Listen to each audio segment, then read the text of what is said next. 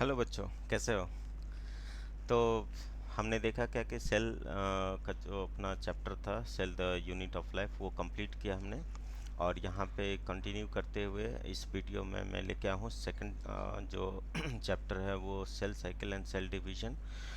Second chapter according to the weightage of NEET examination. Okay, NCERT के accordingly देखोगे तो chapter start होता है लिविंग वर्ल्ड और बायोलॉजिकल क्लासिफिकेशन से। बट यहाँ पे हमने स्टार्ट किया है एनसीईआरटी के वेटेज को देखते हुए नीट एग्ज़ाम में जैसे क्वेश्चंस, नंबर ऑफ क्वेश्चंस कहाँ से सबसे ज़्यादा आते हैं। तो इसमें हमने लिया था फर्स्ट चैप्टर सेल, जो कंप्लीट यहाँ पे हमने किया था अपने इस चैनल पे। बहुत सारे बच्चे ने देखा है, बहुत सारे बच्चे ने लाइक भी किया है। आप अगर नए हैं तो आप भी उसको लाइक कीजिए, सब्सक्राइब कीजिए। और यहाँ पे अब दूसरा चैप्टर हम लेके आए हैं cell cycle and cell division. तो स्टार्ट करते हैं आज के इस लेक्चर में interphase, check points and mitosis. यहाँ पे आज हम कंप्लीट करने वाले हैं। ओके, तो देखते हैं इस चैप्टर में क्या क्या है।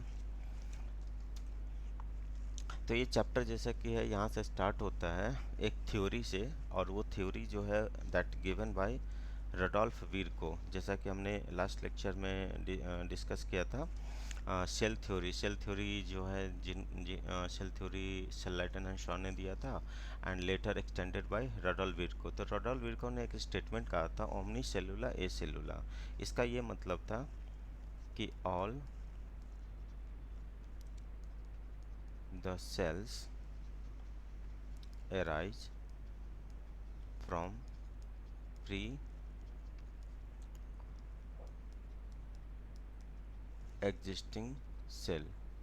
तो ये जो चैप्टर है cell cycle and cell division, है ना, तो इस चैप्टर में बेसिकली है क्या, what is the theme of this chapter. तो इस चैप्टर में हम ये देखते हैं कि how the cells birth, how the cells develop, and how the cells gain capacity to further divide, how many types of division, what are the purpose of division, right? तो इस चैप्टर का जो स्टार्टिंग है ना, वो या हम बोल सकते हैं प्रिंसिपल ओरिजिन, वो रडोल्फ विर्को के कॉन्सेप्ट से ही आता है। रडोल्फ विर्को ने एक्सप्लेन किया था कि जो सेल है वो स्पॉन्टेनियसली नहीं आते हैं, that arise from pre existing cells, mother cells divide होता है और उसके बाद वो वहाँ पे डॉटर सेल्स प्रोड्यूस करते हैं। Simple, okay. There are many significances, like significances हो सकता है whether the division in somatic cells for the growth regeneration, whether the division in germ cells to produce spores and gametes, okay। तो Rudolf विडको पे based ये जो chapter है cell cycle and cell division, इसमें सबसे फर्स्ट है कि what is exactly cell division. So cell division is a process in which a single parent cell divides into two daughter cells, right? What is cell division? एक cell दो cell में divide हो जाता है, okay. जैसे यहाँ पे देखते हैं, है ना, हाउ, कैसे डिवाइड होता है, what are the reasons behind the division, है ना। तो देखो, एक सेल यहाँ पे बर्थ हो रहा है, this is birth of cells. तो यहाँ पे आपको दिख रहा होगा कि ये क्या है, डॉटर सेल्स हैं, राइट। डॉटर सेल्स यहाँ पे आपको दिख रहे हैं। डॉटर सेल्स यहाँ पे like at the end of M phase, this is M phase, at the end of M phase divide हुआ, then enter in interphase. Interphase, this is G one phase, S phase, G two phase. ये जो phase है, this phase is called interphase. तो what happen in interphase, तो interphase में here is the protoplasmic growth. Here is also growth in DNA, and again growth of protoplasm. So basically what happened, continuously grow in G1 phase, S phase and G2 phase, the cells, है ना, lost its surface area by volume ratio. Surface area by volume ratio continuously get decreases as well as karyocytoplasmic ratio, means the ratio of nucleus and cytoplasm continuously get decreases, है ना. तो both the ratio get decreases and so cell lost its metabolic activity. So when the cell lost its metabolic activity, then the cells divide into daughter cells. And daughter cells, again it's a daughter cells. Daughter cells has high surface area by volume ratio, also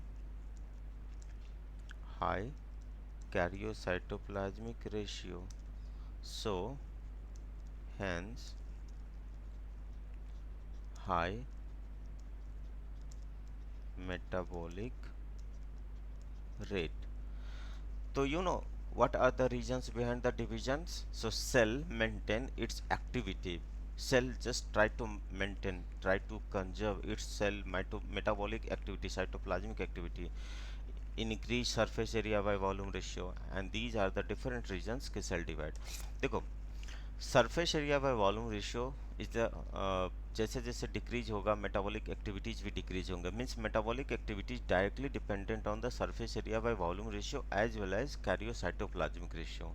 and when the both ratio get decline, obviously क्या होगा, metabolic reaction भी decline हो जाएगा. तो cell के पास there are only two options, one कि whether वो डिवाइड कर जाए और इट्स लाइक मॉडिफाइड हो जाए, modification like in nerve cells. अब नर्व सेल्स डिवाइड नहीं होते हैं, तो आप सोचो कि नर्व सेल डिवाइड नहीं होता है तो वो मेटाबॉलिक एक्टिविटी कैसे मेंटेन करता है, तो बिकॉज मॉडिफाइड इलोंगेट हो जाता है, surface area by volume ratio increase कर लेता है वो. माइक्रोविलाई है ना, अगेन सेकंड एग्जांपल. तो देयर आर डिफरेंट वेज कि how the cells keep its metabolic activities है ना रेगुलर, राइट. तो आई होप कि सेल डिवीजन का पर्पस क्लियर है कि सेल डिवीजन क्यों होता है. So this is cell cycle. देखो, the sequential events by which a cell duplicates its genome, है ना, synthesizes other constituents of the cells and eventually divides into two daughter cells. This is cell cycle. What is cell cycle? कि during the journey of a cell, the cells duplicates its all the organelles, duplicates its chromatids, है ना, मतलब increase हो रहा है. क्या increase हो रहा है आपको? सेलुलर मास. देखो जैसे कैसा होता है कि सपोज हमारे पास एक छोटा सा घर है 2 BHK, उसमें हम बहुत सारे सामान अपने अकॉर्डिंगली जितना सामान हम रख सकते हैं उससे काफ़ी ज़्यादा सामान अगर आ गया तो फिर क्या करोगे आप या तो फिर एक बड़ा घर लोगे, है ना, या तो फिर क्या करोगे आप. देखो सामान तो हम कम नहीं कर सकते, सामान हमारे पास ऑलरेडी आ गया, तो हमें क्या करना होगा, उसको डिवाइड करना पड़ेगा. फिर 2 BHK को क्या करना पड़ेगा, 2 2 BHK हमें बनाना पड़ेगा 4 BHK घर. तो 4 BHK यानी कि इसको हमें स्प्लिट करना है, 2 BHK डिस्ट्रीब्यूट करना इक्वली. तो क्या होगा, हमारा सामान, हमारा स्पेस सब कुछ मेंटेन हो जाएगा.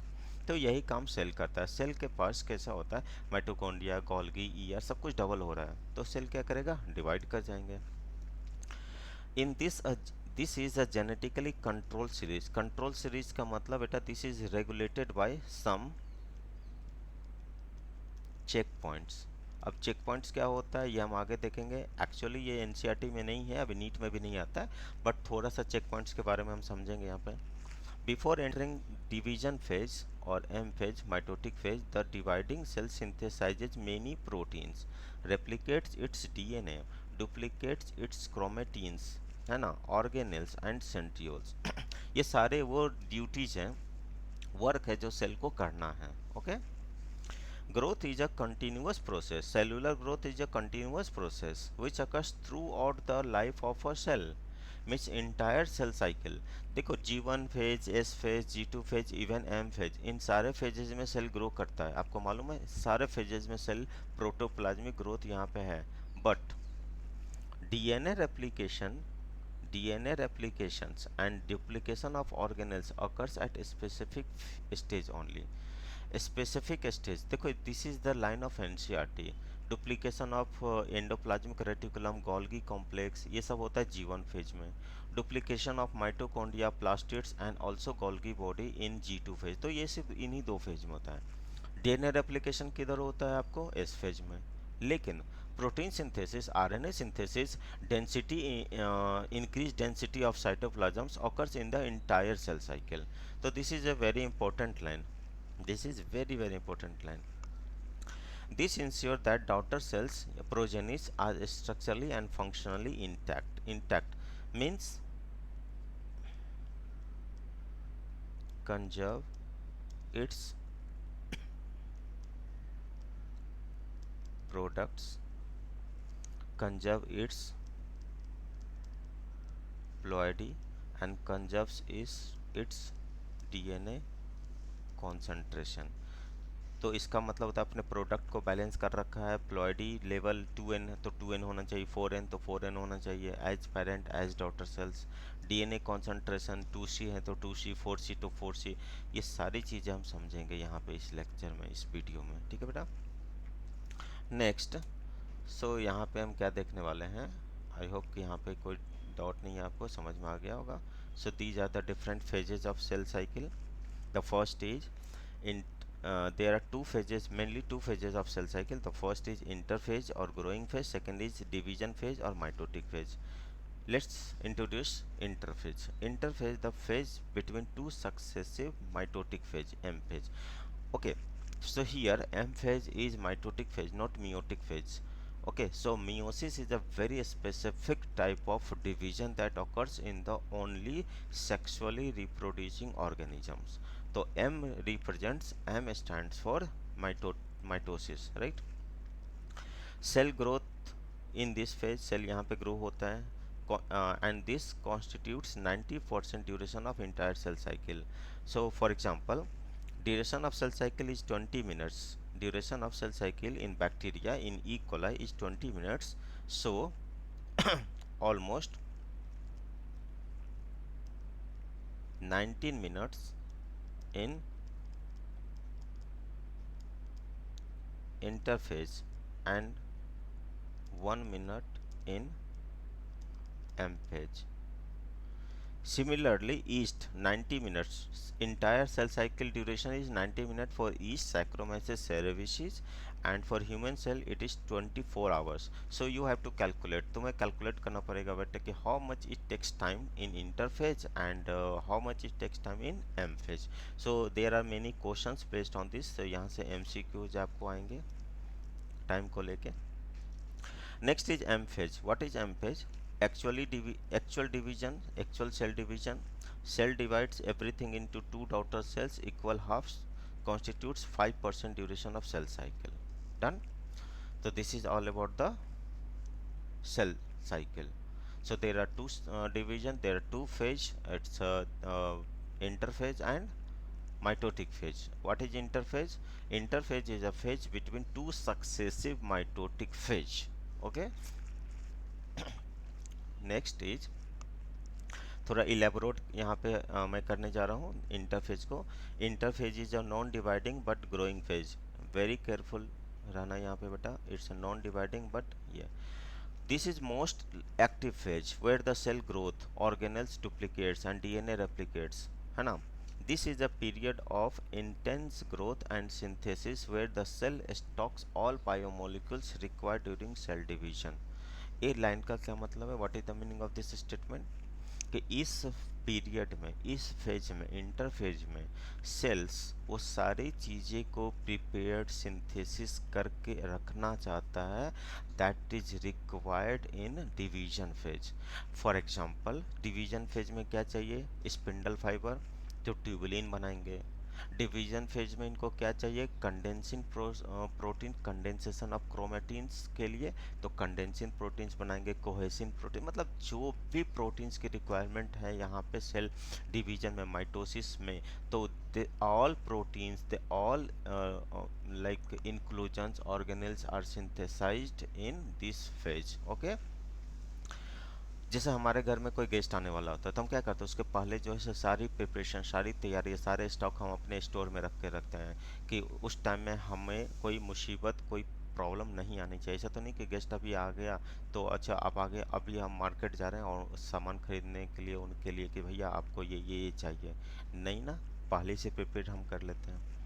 Also called resting phase, this is called resting phase because no apparent activities related to cell division, क्योंकि यहाँ पे सेल डिवीजन से रिलेटेड कोई एक्टिविटीज नहीं दिखती है यहाँ पे अंडर द माइक्रोस्कोप। माइक्रोस्कोप में देखोगे सेल डिवीजन नहीं हो रहा होगा, तो आप क्या बोलोगे कि सेल कैसा है बेटा, स्टैटिक है ना, रुका हुआ है ना, पॉज है ना, so this is called resting phase. But actually resting नहीं होता है, रेस्टिंग का मतलब ये नहीं कि cell is sleeping, no, cell सोता नहीं है, काम करता है, बट वो वर्क आपको माइक्रोस्कोप में नहीं दिखेगा, आपको नहीं दिखेगा डीएनए रेप्लिकेट होता है, आपको नहीं दिखेगा गोल्गी बॉडी बढ़ते हुए, हमें सिर्फ क्या दिखता है, डिवीजन, सेल डिवाइड होते हुए। और सेल डिवीजन नहीं दिख रहा, इट मीन्स कि सेल रेस्ट फेज में है।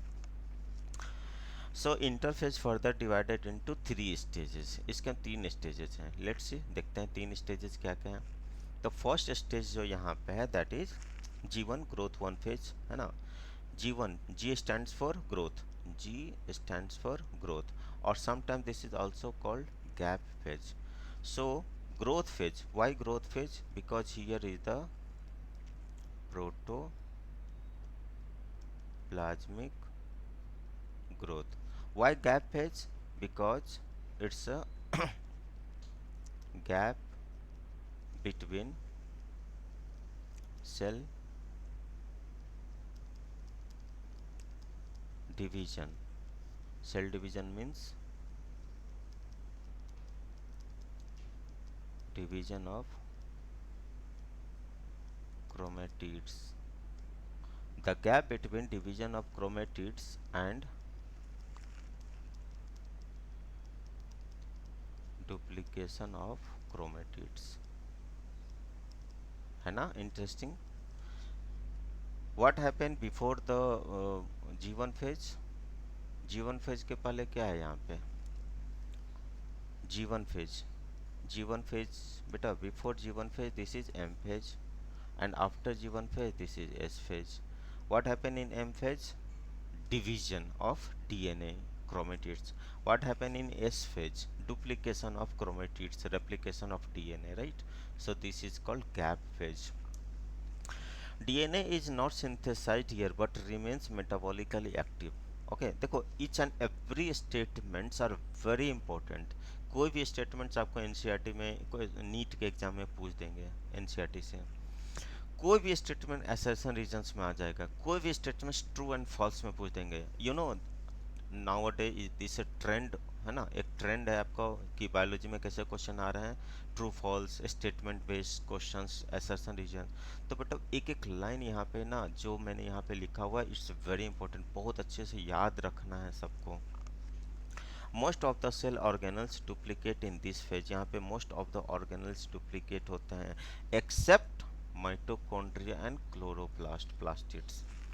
Length of G1 phase varies from cell to cell. So frequently dividing cells has the shorter G1 phase and longer G1 phase, है ना, in less or not frequently dividing cells. But according to NEET, अब मैं आपको बता दूं कि NEET में क्या पूछेगा। NEET में आपको आंसर करना है कि G1 phase is longer then G2 phase, then S phase and then M phase. सबसे longer होता है G1 phase, then G2, then S, then M phase. What happen here, क्या क्या यहाँ events होते हैं, तो synthesis of nucleotides, synthesis of proteins, amino acid, RNA, है ना, that required in S phase and duplication of organelles. बेटा जो भी चीज़, जो भी प्रोटीन्स, जो भी मॉलिक्यूल्स की ज़रूरत है सिंथेसिस फेज में है, वो सारे के सारे जीवन फेज में बन जाएंगे, जैसे कि DNA polymerase, RNA polymerase, helicase, topoisomerase, ligase, endonuclease, exonuclease, nucleotide triphosphates, phosphorylase, सारे के सारे यहाँ पे सिंथेसिस हो जाएंगे जो एस फेज में जरूरी है इनको, सो दैट कि एस फेज स्मूथली हो। ठीक है। Next, next is our S phase. तो हम देखते हैं यहाँ पे एस फेज क्या है। तो चलो एस फेज में हम चलते हैं। एस फेज, पहले एस फेज बताता हूँ आपको, फिर उसके बाद में जी नॉट फेज के बारे में बताऊंगा। देखो, S phase, S phase is synthesis phase and this is also called invisible phase. This is invisible phase. This is very very important term, ask in exam. Why invisible phase? Because no significance of cell growth here. यहाँ पे यहाँ पे ना तो cell growth हो रहा है, protoplasmic growth, और ना ही सेल डिवीजन। मतलब अंडर द माइक्रोस्कोप आपको कुछ भी नहीं पता चलेगा कि एस फेज भी कोई फेज है। एक्चुअली फेज तो कुछ होता ही नहीं है ना सेल के पास, ये तो हमने अपने कन्वीनियंस के हिसाब से हमने उसको नॉमेनक्लेट किया है कि जी वन फेज है, एस फेज है और जी टू फेज है। सेल को क्या पता, सेल तो अपना अपनी एक मूड में डिवाइड कर रहा है। S phase is very short, तो what happen in S phase? Neither protoplasmic growth no division, so this is actually invisible phase. But invisible phase का मतलब ये नहीं होता है कि इसकी इंपॉर्टेंस नहीं, इंपॉर्टेंस तो सबसे ज़्यादा इसी की है। प्लोइडी इधर ही आपको चेंज होगा, या खराब अगर मान लो लाइक म्यूटेशन होना होगा तो इधर ही हो जाएगा। डीएनए का अमाउंट यहीं पे डबल होगा, आपको क्रोमेटिड्स, सिस्टर क्रोमेटिड्स इधर ही बनेंगे, राइट। तो देखो, DNA replication and chromatids duplication. DNA replicate करता है, डुप्लीकेट नहीं करते हैं, ये याद रखना है। क्रोमेटिड्स का डुप्लीकेशन होता है यहाँ पे। डीएनए अमाउंट यहाँ पे यानी कि सी वैल्यू यहाँ पे डबल हो जाता है। 2C अगर सेल है तो 4C हो जाएगा, but number of chromosomes remain same. जैसे अगर लेट से कि सेल 2n = 8 है, तो यहाँ पे जीवन फेज में सेल्स 2n = 8 ही रहेगा, remain after S phase. But DNA का अमाउंट लेट से कि यहाँ पे अगर मान लो कि आपका 16 पिकोग्राम है, तो यहाँ पे क्या हो जाएगा बेटा? 32 पिकोग्राम। अब ये कैसे होगा? तो ये यहाँ पे हम समझते हैं, चलो देखते हैं। मैं आपको एक डायग्राम यहाँ पे दिखा रहा हूँ, देखो एक इमेज है मेरे पास, ये मैं यहाँ पे आपको शो करता हूँ। यहाँ पे थोड़ा जूम और कर दूँ, देखो ये इमेज दिख रहा है आपको। तो इस इमेज में यहाँ पे हमें पता चल रहा है क्या कि देखो, ये जो डॉटर सेल्स है यहाँ पे, this is daughter cells. Daughter cells के पास यहाँ पे क्या है बेटा? 2n = 2, 2n = 2, and every chromosomes in Monod form. किस फॉर्म में है ये? मोनाड। What is Monod? तो मोनाड का मतलब मैंने लास्ट लेक्चर में समझाया था, लास्ट वीडियो में जो अपना सेल चैप्टर का था, उसमें आप जाओगे मिलेगा। The chromosomes made up of single chromatid, this is called Monod chromosomes. उसके बाद यहाँ पे जीवन फेज है, दिस इज जीवन फेज। तो जीवन फेज में भी आपको मोनाड ही दिख रहा है। बट जैसे ही एस फेज में यहाँ पे आता है, तो फिर देखोगे यहाँ कि एस फेज में क्या हो गया कि क्रोमेटिड्स का डुप्लीकेशन हो गया यहाँ, and this chromatid is now called dyad chromosomes. क्या बोलेंगे बेटा इसको? Dyad chromosomes. मोनाड में डायड। अब ऐसे देखो, one chromatid equal to, one chromatid की वैल्यू अगर लेट से कि इसकी वैल्यू अगर 10 पिकोग्राम है, तो यहाँ पे क्या हो गया बेटा? 10 पिकोग्राम, 10 पिकोग्राम मीन्स 20 पिकोग्राम। तो डीएनए की वैल्यू क्या हो जाती है? यहाँ डबल हो जाती है, 2C हो जाएगा, राइट। नाउ जो n जो है ना बेटा, this represent C, n represent करता है C वैल्यू। मतलब सपोज करो there is a zygote made up of, zygote कैसे फॉर्म होता है बेटा? स्पर्म एंड एग सेल से।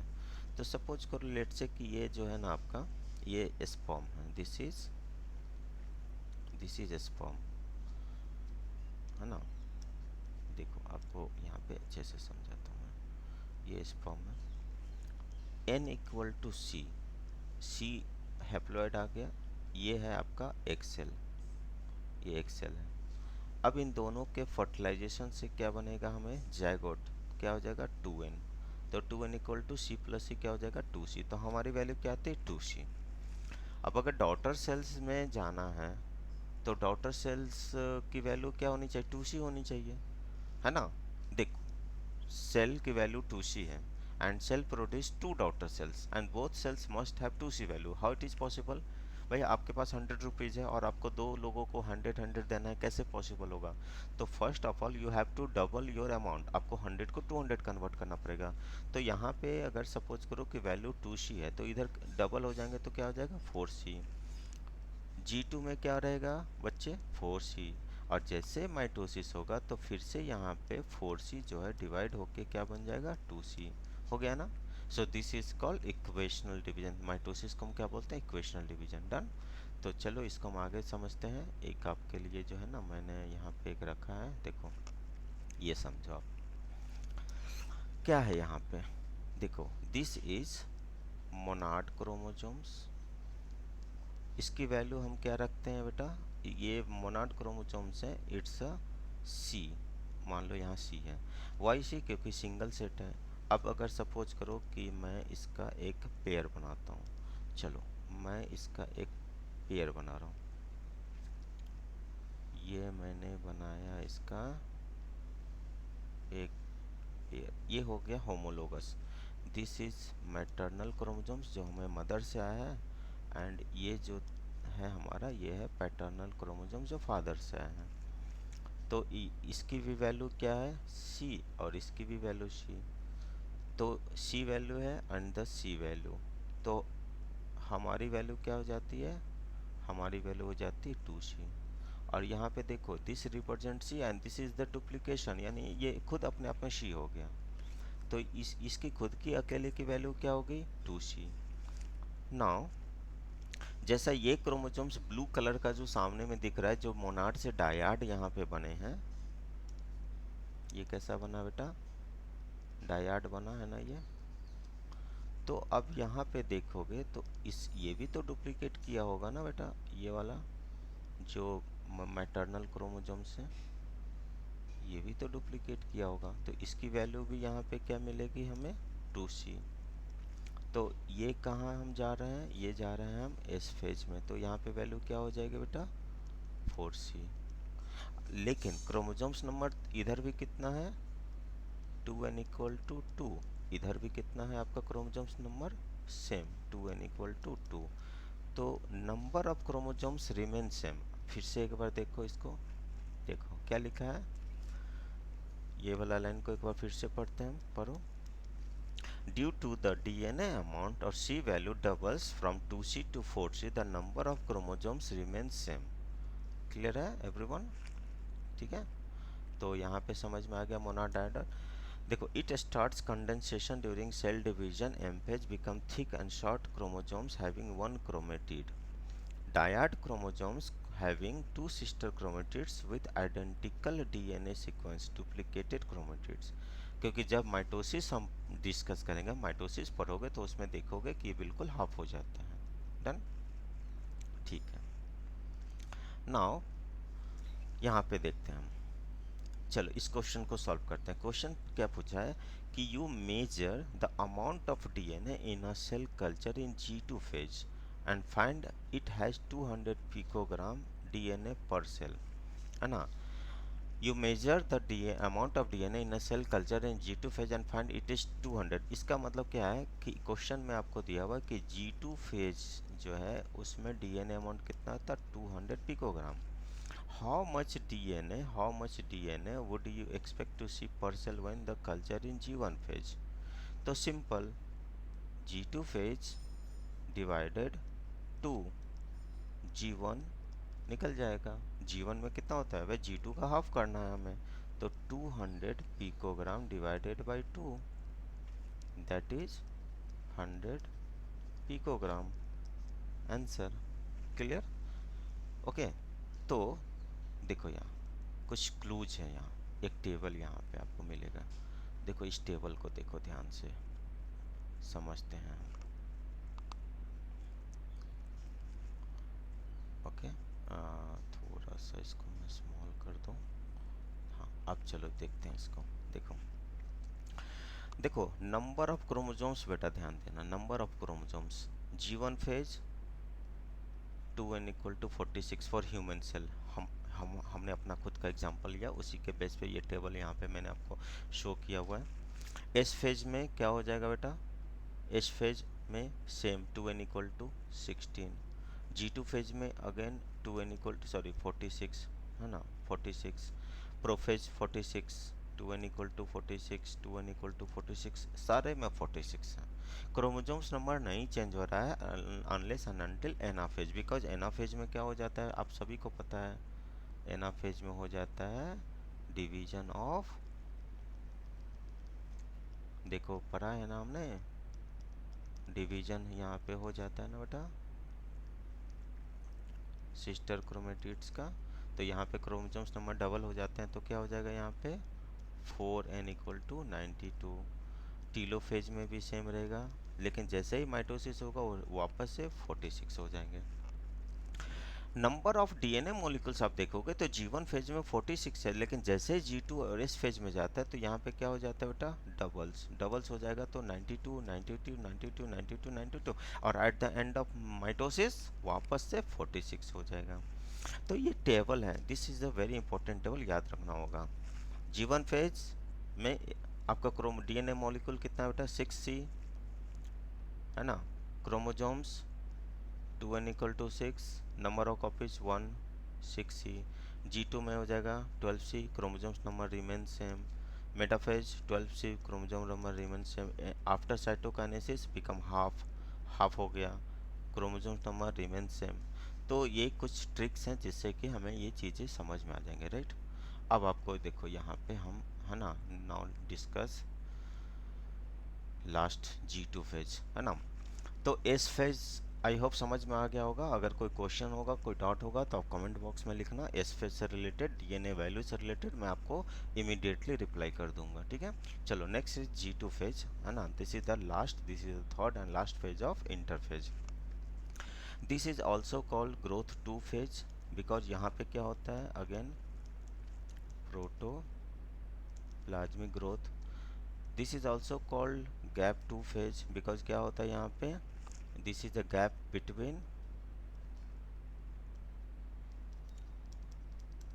division and duplication of chromatids। बेटा दो ही चीज़ इंपॉर्टेंट है, डीएनए का डबल होना और डीएनए का हाफ हो जाना। डबल कहाँ होता है? एस फेज में। रिड्यूस होके हाफ कहाँ हो जाता है? एम फेज के एंड पे। तो this is a phase between the doubling and the reducing of the DNA और chromatids, so called gap 2 phase between S phase and S phase। This is also called pre mitotic phase, क्योंकि ये आपको mitosis के पहले होता है। और G1 phase को हमने क्या कहा? पोस्ट माइटोटिक फेज, क्योंकि वो कहाँ होता है? माइटोसिस, आफ्टर माइटोसिस, तो post mitotic. G2 phase pre mitotic phase. ये this is important for your MCQ। Cell further growth, growth यहाँ पे होता है, डीएनए रेप्लिकेशन स्टॉप हो जाता है, एंड अगेन यहाँ पे क्या हो जाएगा बेटा? Decrease surface area by volume ratio, यहाँ पे भी हो जाएगा। तो देखो एक चीज देखो, डॉटर सेल्स G1 फेज, फिर क्या हुआ? एस फेज, फिर क्या हुआ बेटा? G2 phase. देखो क्या हो रहा है, surface area by volume ratio high, surface area by volume ratio low, surface area by volume ratio low, and again surface area by volume ratio very low. तो अब ये सेल क्या करेगा? डिवाइड कर जाएगा, समझे। This is M phase. तो यही जो है ना, this is the cell cycle. Surface area by volume ratio जैसे जैसे घटने लगेगा सेल डिवाइड हो जाएगा, right. tubulin synthesis, mitochondria, chloroplast and golgi bodies duplicate here. This is very important point बच्चा. आरएनए एंड प्रोटीन सिंथेसिस होगा, that recorded M phase. जो भी एम फेज में चाहिए होगा वो सब इधर बनेंगे, सब इधर बनेगा. जैसे ट्यूबलिन प्रोटीन्स, कंडेंसिन प्रोटीन, कोहेसिन प्रोटीन सारे बनेंगे. अब मैं कुछ इंपॉर्टेंट पॉइंट्स बताता हूँ आपको एस फेज से रिलेटेड. यहाँ पे देखो, फिर से चलते हैं यहाँ पे हम, और यहाँ पे एक लाइन बताता हूँ आपको क्या लिखा हुआ था. देखो यहाँ पे एक लाइन था. यस, चलो फिर से पढ़ते हैं. ये वेरी इंपॉर्टेंट लाइन पढ़ रहा हूँ. Cell growth is a continuous process. Cell growth क्या, continuous process that occurs in the entire cell cycle, but DNA replication and duplication of chromatids occurs in the specific stage. देखो, protein synthesis, protoplasmic growth पूरे cell cycle में होगा, पूरे cell cycle में होगा, everywhere. लेकिन DNA synthesis कहाँ होगा, only in the S phase, synthesis phase. तो नाउ अब मुझे बताओ कि एस फेज में कौन सा प्रोटीन सिंथेसिस हो रहा है. एस फेज में प्रोटीन सिंथेसिस होता है क्या? If not, then this statement is false. और अगर सही है तो फिर कौन सा प्रोटीन होता है, क्योंकि this is the statement from NCERT और ये गलत तो है नहीं. तो इसका आंसर है हिस्टोन प्रोटीन्स. देखो हिस्टोन प्रोटीन्स कहाँ बनता है, एस फेज में. चलो वापस और आ जाओ यहाँ, है ना. देखो एस फेज में और क्या हो रहा था, कहाँ गया हमारा एस फेज, ये है हमारा एस फेज. देखो एस फेज यहाँ पे आ गया. तो एस फेज में आपको मैं यहाँ पे बहुत ही अच्छे से समझा दूँ. It's very important point, very important point, कि यहाँ पे ये जीवन फेज यहाँ पे है. मैं एस फेज ढूंढ रहा हूँ, ये है हमारा एस फेज, है ना. देखो this is the very important point. बेटा यहाँ पे डीएनए रेप्लिकेशन तो आपको पता है ना, क्रोमेटिड डुप्लीकेशन भी पता है, लेकिन ये देखो histone protein synthesis and centriole duplication, इसको बेटा याद रखना है आपको. ये बहुत इंपॉर्टेंट पॉइंट है. हिस्टोन प्रोटीन यहीं पे बनते हैं. यही वो जगह है जहाँ पे क्या होता है, पैकेजिंग ऑफ डीएनए, यानी डीएनए कॉइलिंग होके कहाँ केस में कन्वर्ट होता है, क्रोमेटिन्स में. ठीक है. चलो अब मैं आपको बताता हूँ what is G nought phase. देखो सपोज दैट कि एक सेल है and that cell want to be matured, want to perform specific function. For example meristematic cells हैं और वो चाहता है कि मैं फोटोसिंथेसिस करूं. तो दिस मेस्टमेटिक सेल्स ना मस्ट स्टॉप टू डिवाइड, उसको डिवीजन बंद करना पड़ेगा एंड स्टार्ट्स डिफरेंशिएशन. क्या करना पड़ेगा बेटा उसको, डिफरेंशिएशन मतलब मैच्योरेशन. फॉर एग्जांपल आपको पढ़ने में मन नहीं लग रहा है, आप सोचते हो यार नहीं चलो मैं नहीं पढ़ूंगा, मुझसे नहीं हो पाएगा ये, और मैं अपना खुद का कुछ एस्टैब्लिश करता हूँ business. You just want to become matured, be established. तो आप क्या करोगे, आप ग्रोथ यानी आपका जो भी स्टडी है, ग्रोथ है, जो आप पेरेंट पे डिपेंडेंट हो वो आपने स्टॉप कर दिया और आप कहाँ चले गए, अपना खुद का बिजनेस एस्टैब्लिश करने. सपोज करो आपने एक चाय की टपरी खोल दी, आपने चाय की दुकान खोल दी, है ना. तो आप यहाँ पे क्या होगा कि आप जीवन से ही बाहर निकल जाओगे. कहाँ से निकलोगे, जीवन से. कहाँ से निकलोगे बेटा, exit cell cycle at the G one phase, early G one phase. और हम इसको बोल सकते हैं late M phase. Both options are correct, या तो अर्ली जीवन फेज या late M phase. Why not late G one phase, क्योंकि जीवन फेज के लेट में जाओगे तब तक तो आपका प्रोटोप्लाज्मिक ग्रोथ हो चुका है ना सेल का. Cell starts DNA replication and once the DNA replication starts या protoplasmic growth takes place, surface area by volume ratio decreases, then आपको डिवाइड कर सेल को डिवाइड करना ही करना है, फिर उसको एग्जिट नहीं हो सकते हैं वो, राइट. तो if the cells want to exit, तो एग्जिट कहाँ से होना है उनको, अर्ली जीवन फेज से. भैया आपको डिवाइड नहीं करना है, आप अभी बाहर निकल जाओ, राइट. तो ये यहाँ से ये सेल जीवन से बाहर निकलता है, एंड दिस इज कॉल्ड, इस वाले स्टेज को हम क्या बोलते हैं, डिफरेंशिएशन। राइट। आपने बिजनेस स्टार्ट कर लिया, एस्टेब्लिश हो गया, सक्सेसफुल हो गया, सेल फोटोसिंथेसिस कर रहा है, सेल रेस्पिरेशन कर रहा है, जो भी है अपना एस्टेब्लिश कर रहा है। बट अगर सपोज करो कि बिजनेस सक्सेसफुल नहीं हुआ, वापस आप पेरेंट के पास आओगे, बोलोगे पापा मुझे और टाइम दो, मुझे अभी एक बार और तैयारी, 1 ईयर और टाइम दो, मुझे नीट क्वालिफाई करना है। फिर से आप कहाँ वापस आ गए, ग्रोइंग फेज में। सेल काम कर रहा है, बढ़िया परफॉर्मेंस कर रहा है, पेरेंट का है, उसको अभी जरूरत हो है क्या कि नहीं यार मेरे को सेकेंडरी में सिस्टमेटिक सेल्स बनाना है ना।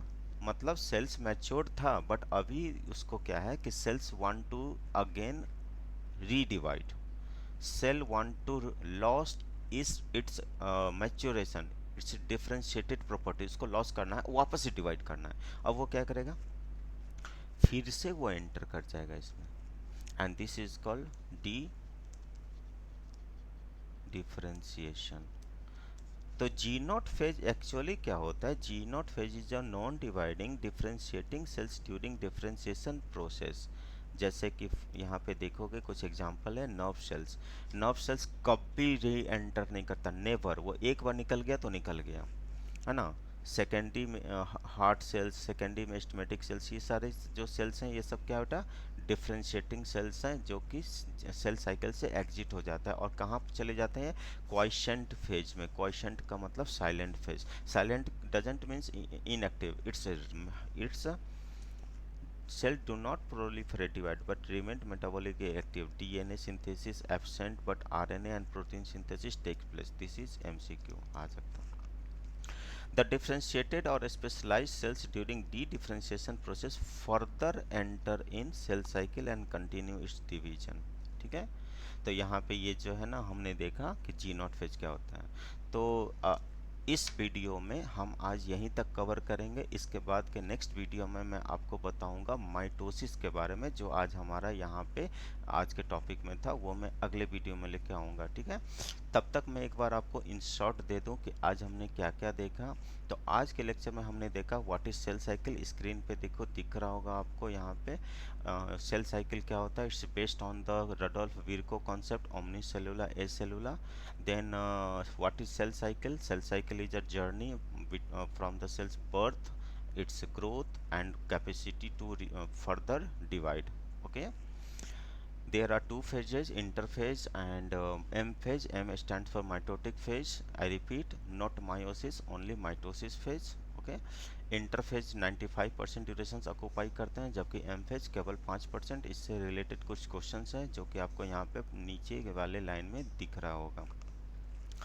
इंटरफेस जो है बेटा यहाँ पे आपको बता दिया था, इंटरफेस क्या होता है, it's like growing phase, surface area by volume ratio continuously decrease होता है, मेटाबॉलिक एक्टिविटी डिक्रीज होता है, सेल का साइज बढ़ता है और सेल्स जो है यहाँ पे प्रिपरेशन करते हैं डिवीजन के लिए। इंटरफेज में 3 फेज यहाँ पे होते हैं, दिस इज G1 फेज और ग्रोथ 1 फेज। दूसरा होता है आपका एस फेज, सिंथेसिस फेज, और third is the G2 phase और ग्रोथ 2 फेज और गैप 2 फेज। इनमें प्रोटोप्लाज्मिक ग्रोथ होता है, इस फेज में डीएनए का रेप्लिकेशन और क्रोमेटिड्स का डुप्लीकेशन होते हैं। उसके बाद यहाँ पे जो है सो आपको यहाँ पे एक जी नॉट फेज है जिसमें कि सेल एग्जिट कर जाता है अर्ली जीवन या लेट एम फेज से, डिफ्रेंशिएशन और स्पेशलाइजेशन होने के लिए।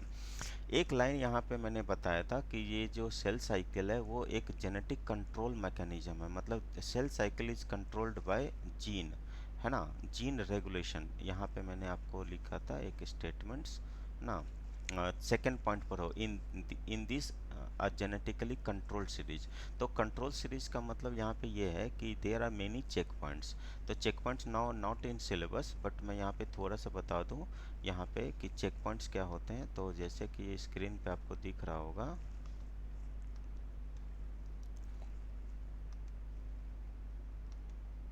देखो यहाँ पे आपको मैं दिखा दूँ कि ये चेक पॉइंट्स हैं।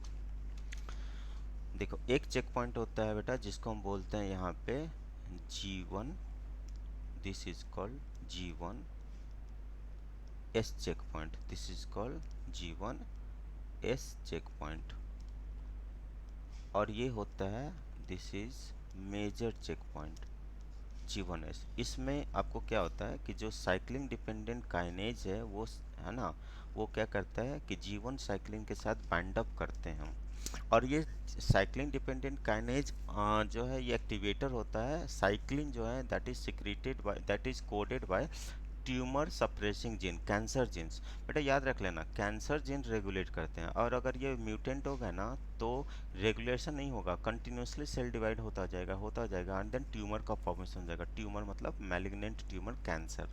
सो ये जो चेक पॉइंट्स है ना, regulated by the cancer gene, it's a tumour suppressor jeans, right. और भी जीन्स होते हैं, आप हायर क्लास में पढ़ोगे, जैसे कार्सिनोमा जीन्स होते हैं आपको, उसके बाद होते हैं यहाँ पे एक प्रोटोन्को जीन्स होते हैं। तो एक तो ये चेक पॉइंट है, ये चेक पॉइंट यहाँ पे रेगुलेट करते हैं, किसको रेगुलेट करता है, ये रेगुलेट करता है आपको यहाँ पे था, एक सेकेंड आपको डायग्राम में मैं यहाँ पे बता दूँ। मैंने यहाँ पे बताया था ये है G1, यहाँ पे मैंने बताया था बेटा G1S चेक पॉइंट होते हैं, और ये जो चेक पॉइंट है ये है आपका major check point. This regulate DNA synthesis. और एक चेक पॉइंट होता है यहाँ पे, this is G2M check point, this is minor check point. और ये क्या रेगुलेट करता है, डीएनए डिवीजन, डीएनए डिवीजन को ये रेगुलेट करता है, राइट। और ये दोनों जो है ये इसको करता है ट्यूमर सप्रेशर जीन्स, ये यहाँ पे करते हैं, ठीक है। तो इसके बारे में थोड़ा बहुत आइडिया आपको होना चाहिए था, लिटिल बिट, बट बहुत ज़्यादा इसके बारे में नहीं पढ़ना है।